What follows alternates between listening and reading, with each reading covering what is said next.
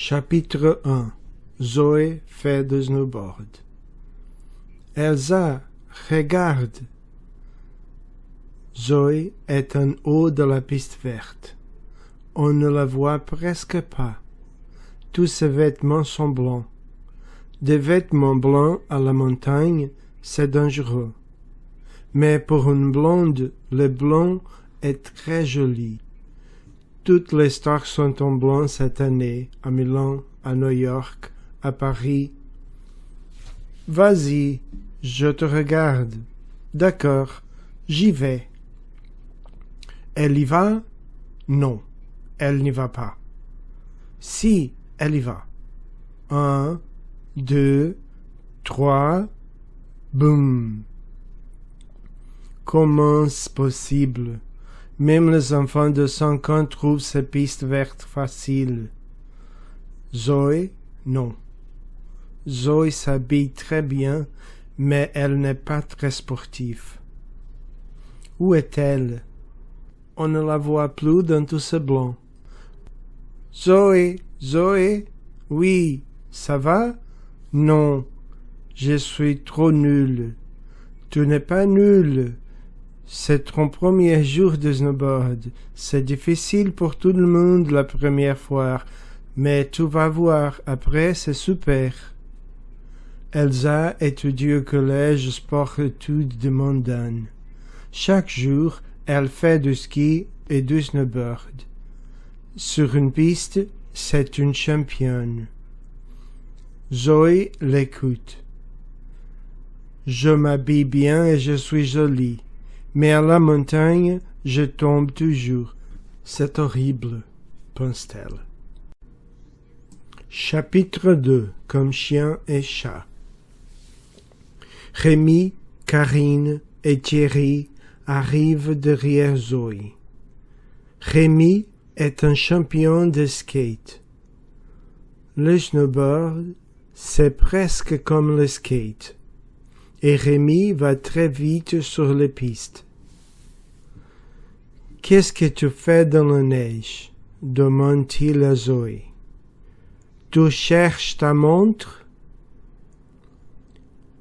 Zoé porte une très belle montre en or, un cadeau de sa grand-mère. On ne fait pas de snowboard avec une montre en or. Les montres en or, c'est pour la ville, pour l'opéra, pas pour la montagne. Mais cette montre magnifique va très bien avec des vêtements blancs. Je ne cherche pas ma montre. Je regarde la montagne et je rêve. De moi? Pouf! Les filles ne rêvent pas de leur cousin, mon pauvre. Je rêve d'un prince, pas d'un petit garçon stupide. Et ton prince, il est dans la neige? Brrr, vous allez voir très froid cette nuit, ma pauvre. Les autres rient. Rémi et Zoé sont comme chien et chat. C'est marrant de les écouter. Je ne vais pas avoir froid du tout, répond Zoé. Dans mes rêves, il fait jamais froid. Ne cherche pas à comprendre, tu es encore jeune. Rémi a 11 ans, 12 ans de moins que Zoé. Il déteste qu'elle lui parle comme une grande sœur. D'abord, ce n'est pas sa sœur, c'est sa cousine. Et puis, elle est nulle en sport. Je suis jeune, mais je ne suis pas toujours le nez dans la neige. Je t'aide? Non, merci beaucoup. Va t'amuser avec tes petits camarades. Quand Zoé est fatiguée, elle déteste les blagues de Rémi. Rémi ne sait pas s'arrêter, c'est un enfant. Il est quelle heure? Demande Karine. Zoé regarde sa belle montre en or. 2 heures. On se retrouve au collège dans 1 heure. Pourquoi? Demande Thierry. On a le temps. les pistes ferment à 16h30. Oui, mais Zoé et moi, on va acheter un gâteau pour Elsa. Ce soir, c'est l'anniversaire d'Elsa. Il y a une grande fête au collège. Tous les amis sont invités. Bon, dit Thierry. Nous, on continue à skier. Salut Zoé, salut. Zoé, dit Rémi. Qu'est-ce qu'il y a encore? Ne reste pas trop longtemps dans la neige, d'accord? Chapitre 3. L'anniversaire d'Elsa. Dans la salle de fête du collège de Modane, l'ambiance est très chaude. Karine est à la chaîne hi-fi. Elle a tous les CD de Christophe Willem, de Zazie, de Diem. Thierry est au bar et Rémi? Eh bien, Rémi est partout. Au bar, à la chaîne hi-fi, sur la piste de danse et même sur les tables. Toutes les filles dansent avec lui. Il danse très mal, mais il est très drôle. Dans ses bras, on n'arrête pas de rire. À 9h, Karine coupe la musique. Le danse s'arrête. Qu'est-ce qui se passe? Karine prend le micro. Est-ce que vous avez encore faim? Pourquoi est-ce que demande ça? À la montagne, on a toujours faim. Oui, oui, oui. Qu'est-ce que vous dites? On a faim. C'est triste. Il n'y a plus rien à manger et c'est l'heure de s'aller coucher. Bonne nuit tout le monde. Ouh, le gâteau, le gâteau. Le gâteau? Quel gâteau? Il n'y a pas de gâteau ici. Mais personne ne la croit. Soudain, la salle est plongée dans le noir. On ne voit plus rien. Des garçons et des filles font le feu. Mais qu'est-ce qu'il sait? Là, devant la porte, Zoé. Zoé tout en blanc. Zoé avec le gâteau. Et sur le gâteau, il y a 14 bougies. Tous les copains d'Elsa commencent à chanter. Joyeux anniversaire, joyeux anniversaire, joyeux anniversaire, Elsa. Joyeux anniversaire. Bravo, bravo. Elsa est toute rouge. Elle était contente. C'est une fête géniale. Une chanson, crie Rémi. Et les autres. Elsa, une chanson, Elsa, une chanson, Elsa, une chanson. Mais je ne sais pas chanter. Ce n'est pas vrai. Elle chante très bien. Elle chante une chanson en français. Puis, Zoé chante une chanson en suédoise. Sa grand-mère est suédoise. Karine chante une chanson en anglais. Sa famille vient de Londres. Et Rémi chante une chanson en Rémi. Et c'est horrible. Horrible. Tout le monde lui demande d'arrêter, mais il n'arrête pas. Bien sûr, personne n'arrête Rémi pendant une fête.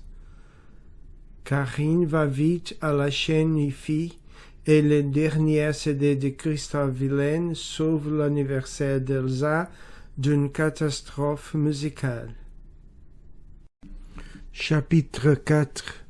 La montre au nord. À 11h, ils sont tous fatigués. Cette fois, c'est vraiment l'heure d'aller dormir. Demain matin, ils se réveillent à 7h30 pour être sur les pistes à 9h. Mais comment dormir après une fête si géniale? Elsa propose de faire d'abord de la luge. Il y a plusieurs luges au collège et même une petite piste. La luge, la nuit, c'est super. Mais les professeurs, qu'est-ce qu'ils vont dire? Rien du tout. Ils dorment, les pauvres. Ne les réveillons pas. On fait la course? Demande Rémi. D'accord. Elsa et Zoé montent sur la première luge. Rémi sur la deuxième, Thierry et Karine sur la troisième. 1, 2, 3, partez. Ils vont très vite. Il fait noir, on ne voit presque rien, c'est super marrant. Elsa et Zoé arrivent les premières. « Hurrah !» crie Zoé. « Encore une fois, dit Rémi. « D'accord, dit Karine. Mais cette fois, je vais avec Elsa. » Ils remontent en haut de la piste. Maintenant, Elsa est avec Karine, Zoé avec Thierry, et Rémi est encore tout seul. Ils vont très vite. Thierry a de la neige sur ses lunettes. Il ne voit rien. Attention, trop tard, c'est l'accident. Ça va? Demande Karine. Vous n'avez pas mal? Non, ça va, dit Thierry. Tu as une drôle de tête, dit Zoé. Et toi aussi? Ils ont de la neige partout. Mes lunettes, dit Thierry. Où sont mes lunettes? Ici, dit Zoé. Elle lui donne ses lunettes. Et ton prince? Demande Rémi. Il va bien de la neige? 20 fois la même blague, mon pauvre, c'est beaucoup. Pourquoi tu ne vas pas dormir? Laisse donc les grands jouer ensemble. En fait, tu m'aimes. C'est pour ça que tu me parles comme ça. Parce que c'est moi, ton prince. Si. Ah, l'amour. Je t'aime, moi. Braque. Zoé et Rémi dans la même soirée, c'est vraiment génial. Mais c'est vrai qu'il est tard. Moi, je suis fatigué, dit Karine. Pas vous? Il est quelle heure? Zoé regarde sa montre. Où est sa montre? Elle n'a plus sa montre. Ma montre en or! Chapitre 5. En route. Maintenant, elle est sous la neige, dit Thierry. La nuit est noire. On ne va pas la retrouver. Revenons demain matin. Je ne vais pas laisser ma montre toute la nuit dans la neige. J'ai une idée, dit Elsa. Un professeur de ski a un chien de montagne. Avec ce chien, il retrouve les gens dans les avalanches. Rémi fait des blagues bizarres parfois.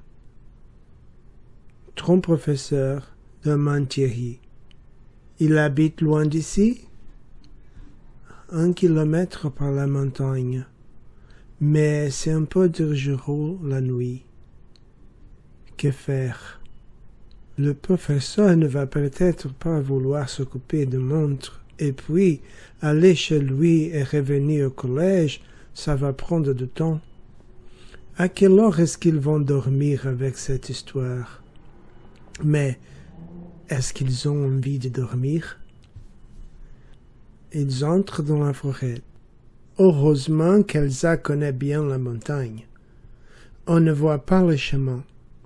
Il fait très noir et il y a de la neige partout. Beaucoup de neige et de grands arbres tous pareils. Zoé et les autres marchent derrière Elsa. Ils ne savent plus où ils sont. Ils ont un peu peur.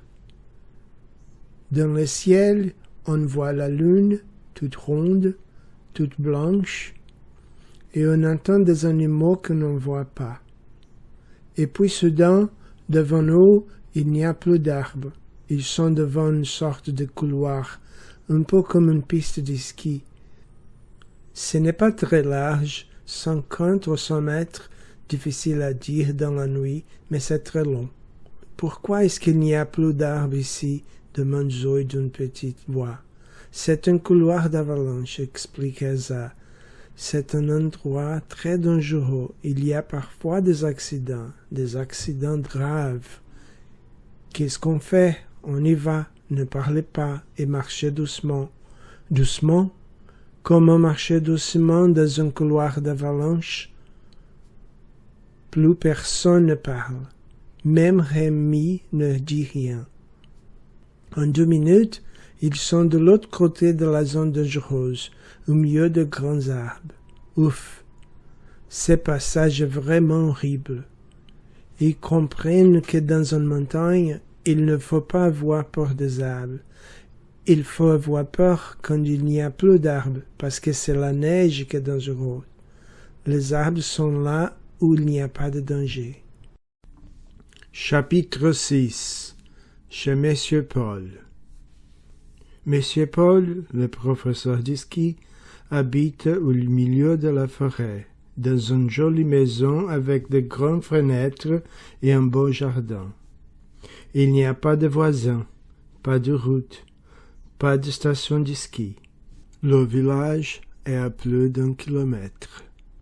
Dans cette maison, c'est comme dans un livre. On est loin du reste du monde. Mais ce soir, il y a une fête chez Monsieur Paul. On entend de la musique, et 15 ou 20 voitures sont garées sur le chemin. C'est incroyable. Tout le monde fait la fête à la moderne cette nuit. Elsa frappe la porte. Avec la musique, personne ne l'entend. Monsieur Paul, c'est moi, Elsa.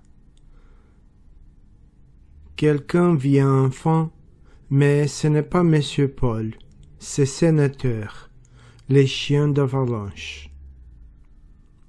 Sénateur, gentil chien, dit Elsa à travers la porte. Va chercher ton maître.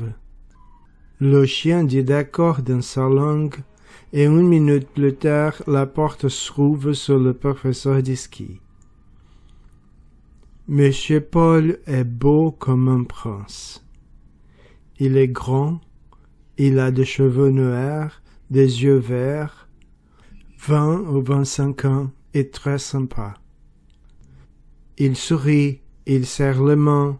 Zoé veut lui bonjour, bonsoir, elle cherche ses mots, elle est tout de suite sous le charme. Vous venez ma fête? Votre fête? Oh non, c'est pour la montre de Zoé. Elle est dans la neige, peut-être que sénateur... Vous comprenez? Non, mais ça ne fait rien. Entrez, bienvenue chez moi. Dans la maison, il y a des gens partout. Tout le monde danse. La seule personne sérieuse ici, c'est Sénateur. Le chien regarde la fête comme un vieux monsieur.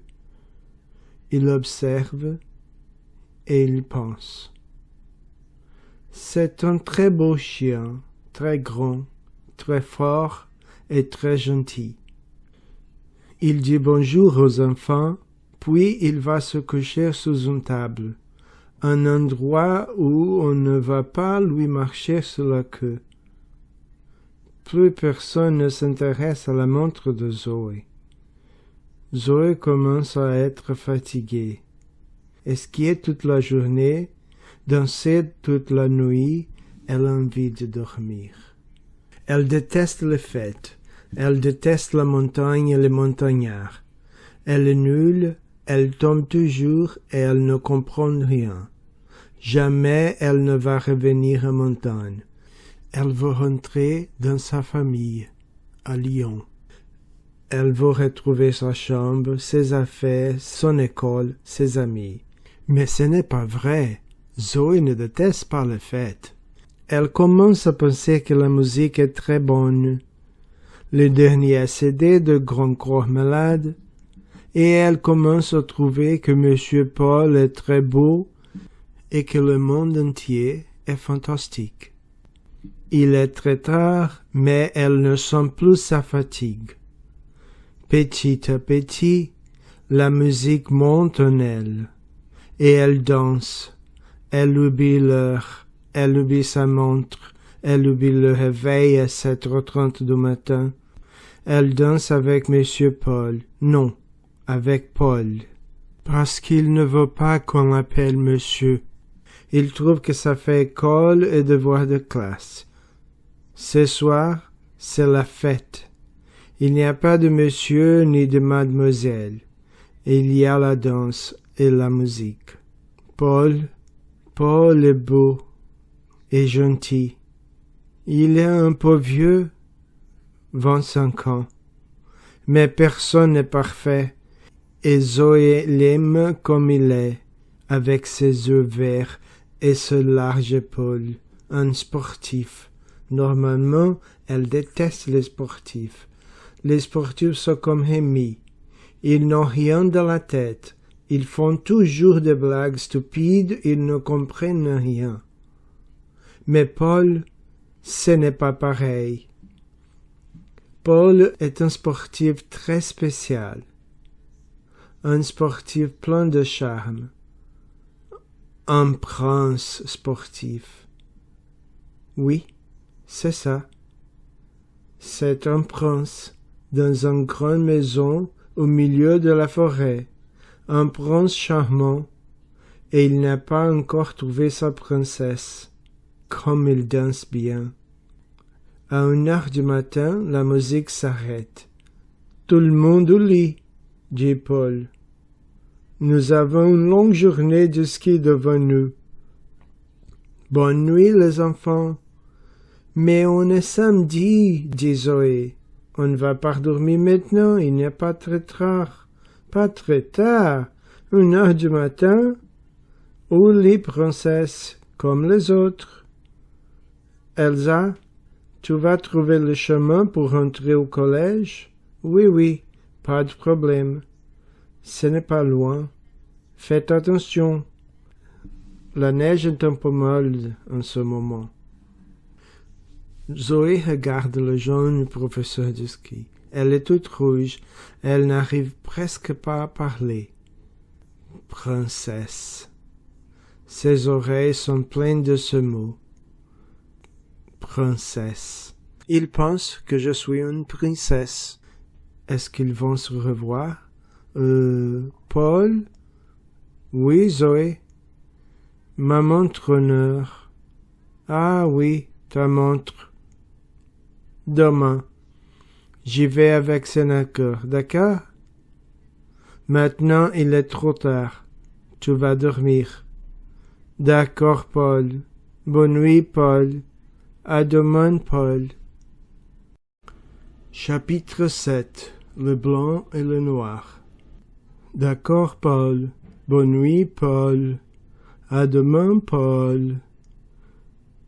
Tu t'entends quand tu lui parles? Tu n'as pas honte? Braque. Mais Zoé n'écoute pas son cousin Rémi. Elle marche comme dans un rêve. Quelle nuit! Hier encore une petite fille de 13 ans. Aujourd'hui, une amoureuse. Amoureuse. Les plus beaux mots de la langue française. Je suis amoureuse. Je l'aime. Il m'aime. Est-ce qu'il m'aime? Je suis trop jeune. Il est trop beau. Mais si, il m'aime. Demain, il va me dire « Je t'aime ». Demain. Oui, c'est comme un rêve. C'est comme de descendre une piste noire sans jamais tomber. C'est comme d'aller à 200 km/h dans un monde tout blanc et d'être très heureuse. Amoureuse. Elle imagine leur maison dans la forêt, leur virent à deux, parce que dans son rêve, elle est mariée à Paul, et ils vivent ensemble. Elle n'est pas une petite fille de 13 ans. Elle est une femme, une star de cinéma, et Paul, un champion olympique. Ils sont célèbres tous les deux. Ils ont des fans dans le monde entier, mais ils s'aiment comme au premier jour. Paul est amoureux de Zoé et Zoé est amoureuse de Paul. Un champion olympique amoureux d'une star de cinéma. Et dans son rêve, Zoé n'entend pas Elsa crier « Attention !» Elle n'entend pas l'avalanche. Mais elle sent le vent. C'est un vent très fort, il souffle très vite, trop vite. Déjà, il est trop tard. Oh, qu'est-ce que c'est? Est-ce que la forêt me parle? C'est certainement cela. Je suis amoureuse. Tout me parle d'amour, les arbres, la montagne, la neige. Mais la forêt ne lui parle pas. La montagne lui parle, mais elle ne lui parle pas d'amour. Qu'est-ce passe-t-il? Pourquoi est-ce qu'elle toute seule? D'où vient ce bruit énorme? Il ne faut pas rester ici. Elle marche vite, elle tombe. Soudain, tout est blanc, et puis tout est noir. Chapitre 8. Sénateur. Rémi, Elsa, Thierry et Karine restent plusieurs secondes sans rien dire. Ce n'est pas possible, pense-t-il. Elle n'est pas sur l'avalanche. Elle est dans la forêt, derrière les arbres. Elle va nous appeler et on va rire. Qu'est-ce que tu nous as fait peur? Mais Zoé n'appelle pas, et personne ne rit. Enfin, il se réveille. Zoé! Chut! Fait Elsa. C'est encore dangereux. Est-ce qu'elle est morte? Non. Elle est sous la neige, mais elle a de l'oxygène pour une demi-heure. Peut-être plus. Elsa réfléchit très vite. 10 minutes pour aller chercher le sénateur, 10 minutes pour revenir, 10 minutes pour retrouver Zoé. Ça peut marcher. Zoé est jeune, forte et en bonne santé. Elsa connaît la montagne, elle apprend de la direction des opérations. Rémi, tu viens avec moi. Vous commencez les recherches. Ne l'appelez pas. Écoutez, elle va peut-être crier. Et regardez bien autour de vous. Vous allez peut-être trouver un vêtement. Rémi, vite, on y va. Elsa et Rémi sont les plus sportifs de la bande. Ils partent très vite en direction de la maison de M. Paul.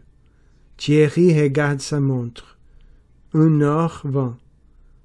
Une demi-heure. On va la retrouver.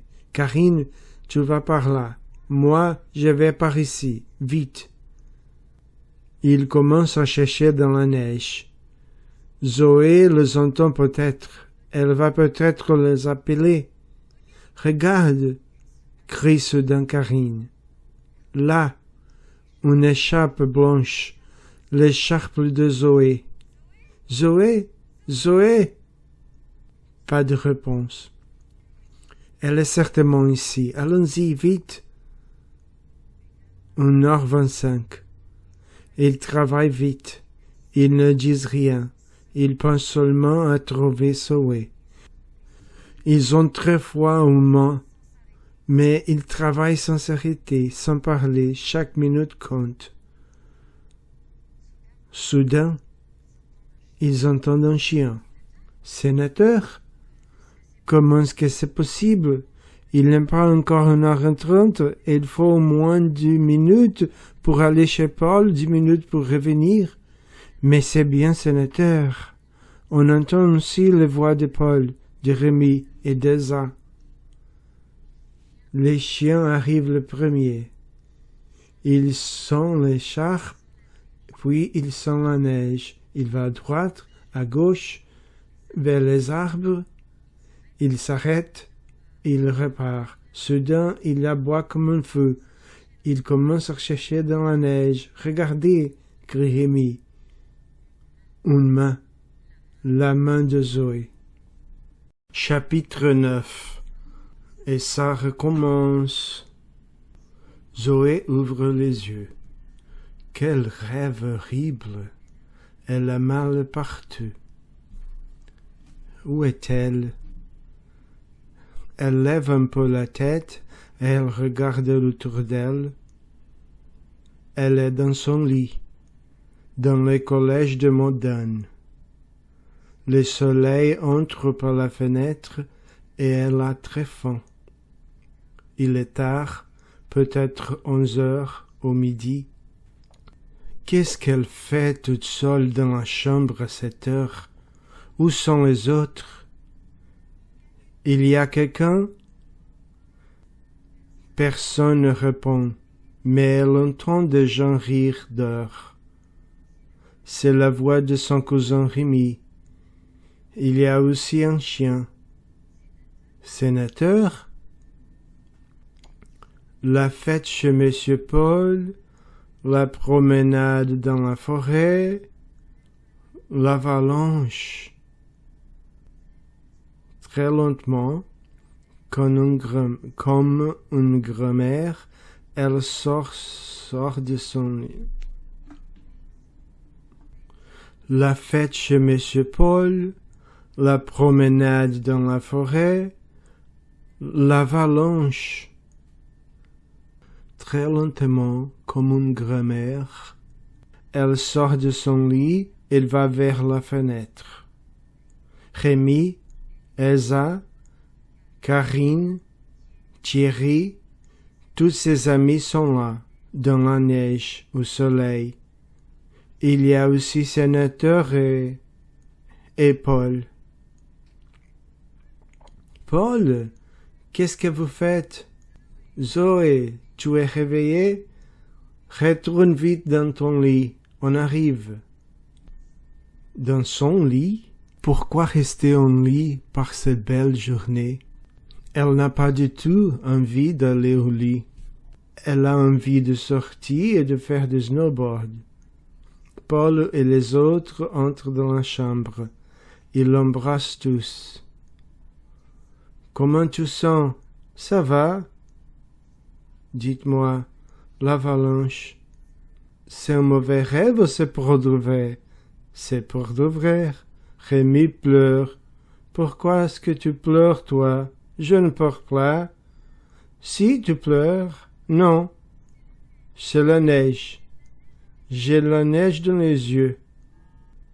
Ce n'est pas vrai, mais Zoé n'insiste pas.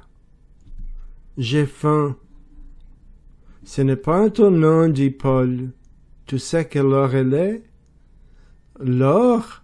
Ma montre. Où est ma montre? Elle est folle.